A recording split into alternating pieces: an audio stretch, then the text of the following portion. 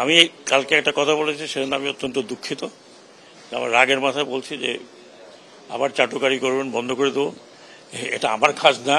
হ্যাঁ, accept Jamuna television, সবার সামনে বলতেছি, যমুনা টেলিভিশন কিছু দেখাচ্ছিল, তারপর দেখলাম বন্ধ হয়ে গেছে। তো এটা ভবিষ্যতে আমি আশা করি আমরা থাকি না থাকি, যারা পলিটিক্স করবেন তারা যদি এটা করেন তাহলে আপনাদের যারা মিডিয়া আপনারা স্ট্রাইকে চলে যাবেন। কি আছে 1 মাস না খেয়ে থাকলে? মরে তো যাবেন না। আমি তাই ভাবছিলাম যে যমুনা টিভি দেখাচ্ছে, বাকিরা কম্পিটিশনে দেখালে অন্তত মানুষ দেখতে পারতো যে কি ভয়ঙ্কর। আমরা ইউটিউবে দেখছি, তখন ইউটিউবে দেখলাম। তো আমি কালকে যে কথাটা বললাম, এই জন্য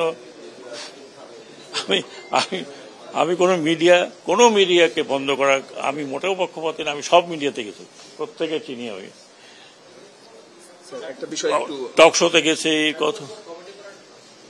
জি, ডেফিনেটলি, না হলে আমরা এখানে কি জন্য আছি?